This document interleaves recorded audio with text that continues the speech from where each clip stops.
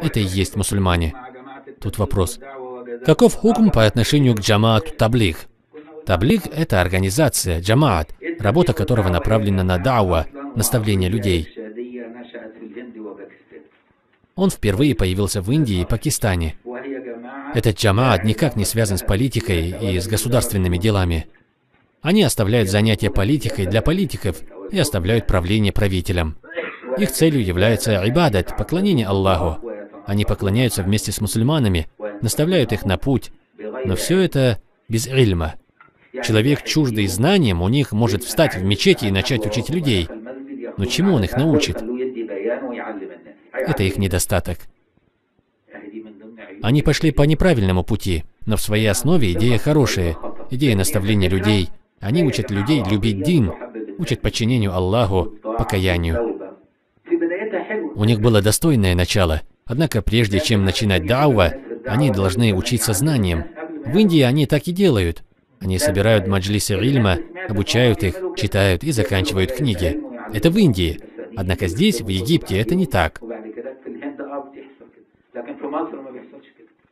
В Египте никогда не посещавший уроки человек может начать учить тебя.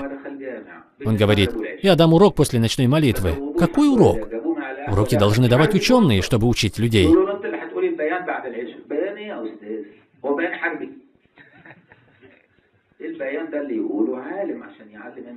Также вначале все они были суфиями. Однако через какое-то время они перемешались с ваххабитами, и их мазхаб превратился в ваххабитский. Это случилось потому, что ваххабизм – это болезнь. Это болезнь, как, например, грипп свиней.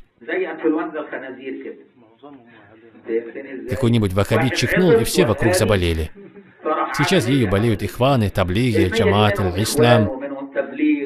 Также и люди, не связанные ни с каким джамаатом, люди, в головах которых присутствуют разные странные идеи. Мы этого не хотим. Это настоящая болезнь. Если она проникает в разум человека, то она поражает мышление.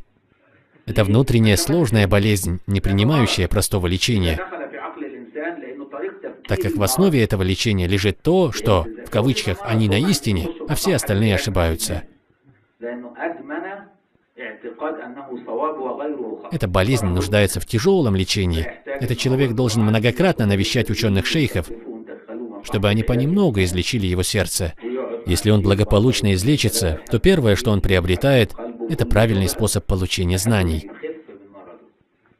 Если это случится, то через какое-то длительное время, 10-20 лет, он будет иметь право учить людей.